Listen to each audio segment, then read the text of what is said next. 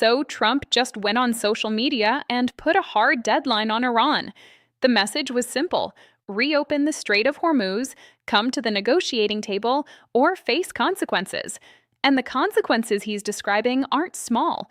He used the phrase, all hell will rain down, not a slip of the tongue, a deliberate public ultimatum with a Monday deadline attached to it.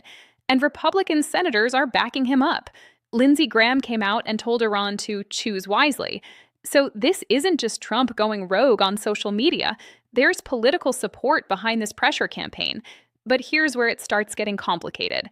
The threats Trump is making, targeting power grids, water supply, bridges, civilian infrastructure, those aren't just aggressive military talk. In 2022, when Russia was bombing Ukrainian energy infrastructure, the Pentagon's own chairman of the Joint Chiefs called that a war crime, officially, on the record.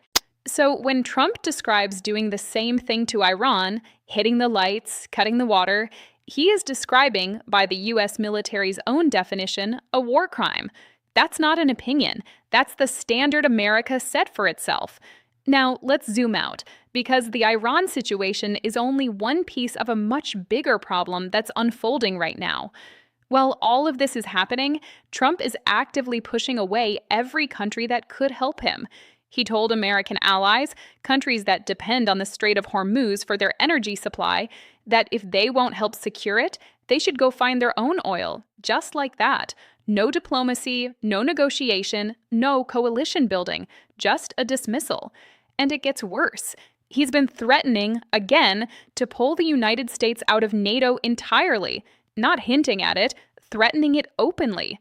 Now, think about what that means for the people who are supposed to be on America's side. European officials are now saying privately, and this was reported by the New York Times, that they no longer believe Article 5 has real teeth. Article 5 is the core promise of NATO.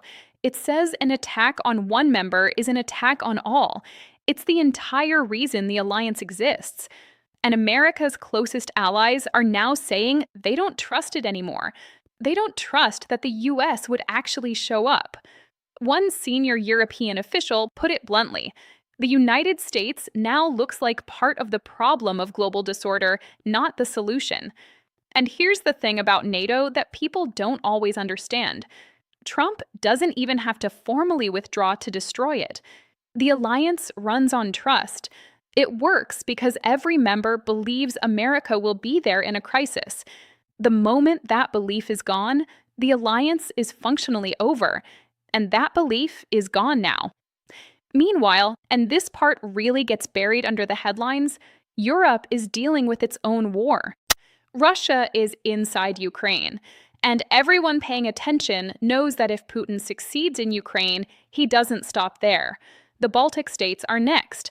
That's not speculation. That's what the intelligence and the pattern of behavior both point to. And right now, the United States is signaling to the entire world that we won't show up for anyone. For Putin, this is a dream come true. His entire political career, decades of it, has been about breaking NATO apart, weakening the alliance, driving wedges between America and Europe. And Trump has handed him that victory without Putin having to do a single thing to earn it. Now let's talk about what this war is doing to the other side of the world, because most people aren't connecting these dots. Japan gets 95% of its oil from the Middle East, and 70% of that oil comes through the Strait of Hormuz, the strait that is currently closed. Japan is already rationing fuel.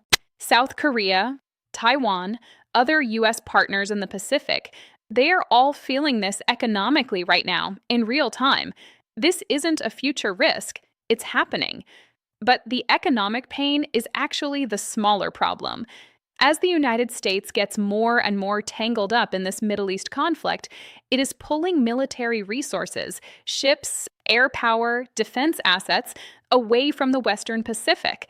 Those resources exist specifically to protect Japan, Taiwan, and the rest of the region from Chinese aggression.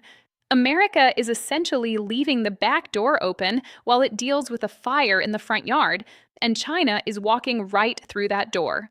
Here's a detail that tells you everything you need to know about where things are heading.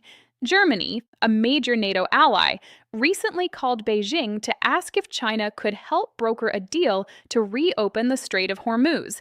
Germany called China, not Washington, Beijing. That is the world this war is building. A world where America's allies go around America to solve problems because they've stopped trusting America to be useful. A world where China gets to position itself as the reasonable, stable power, while the United States is seen as the country that started a war, abandoned its friends, threatened to commit war crimes, and then said it was walking away. The strait stays closed, Iran gains leverage, China gains influence, Russia got NATO for free, and America's allies in both Europe and Asia are quietly, and not so quietly, starting